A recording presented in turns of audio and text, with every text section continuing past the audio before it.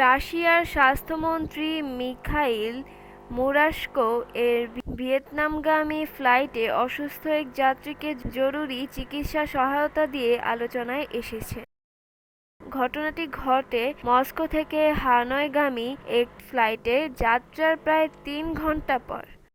রুশ সংবাদ মাধ্যম আরটি জানিয়েছে, ওই সময় বিমানে থাকা ৫০ বছর বয়সী এক যাত্রী হঠাৎ গুরুতর অসুস্থ হয়ে পড়েন। ভিয়েতনামি কেভিন করুরা তাৎক্ষণিকভাবে চিকিৎসা সহায়তার আহ্বান জানালে এগিয়ে আসেন মুরাশকো, যিনি পেশায় একজন প্রশিক্ষিত চিকিৎসক বটে।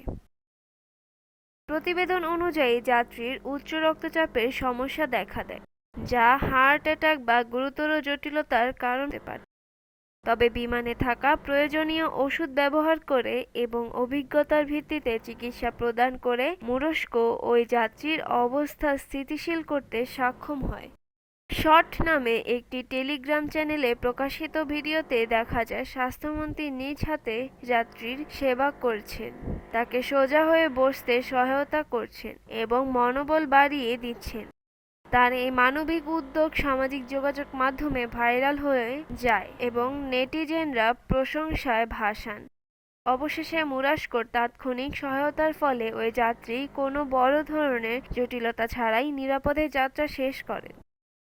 বিমানটি পরিকল্পনা অনুযায়ী হানয় আন্তর্জাতিক বিমানবন্দরে অবতরণ করেন।